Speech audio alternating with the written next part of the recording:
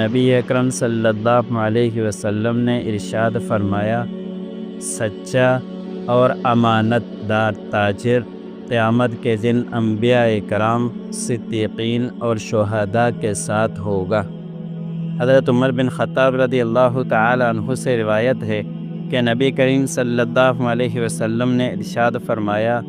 اگر تم اللہ تعالی پر توکل کرو جیسا کہ توکل کرنے کا حق ہے،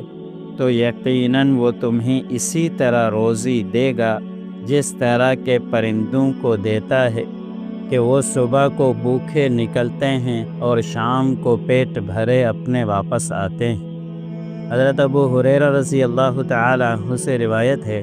کہ نبی کریم صلی اللہ علیہ وسلم نے ارشاد فرمایا، اللہ تعالی فرماتے ہیں کہ میں دو شریکوں کے درمیان ایک تیسرا ہوں، جب تک کہ ان میں سے کوئی اپنے دوسرے شریک کے ساتھ خیانت نہیں کرتا۔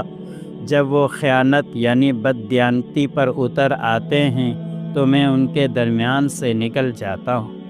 حضرت ابو ہریرہ رضی اللہ تعالی عنہ بیان کرتے ہیں کہ نبی کریم صلی اللہ علیہ وسلم نے ارشاد فرمایا، قسم کھانے سے مال بک جاتا ہے مگر برکت ختم ہو جاتی ہے۔ اللہ عمل کرنی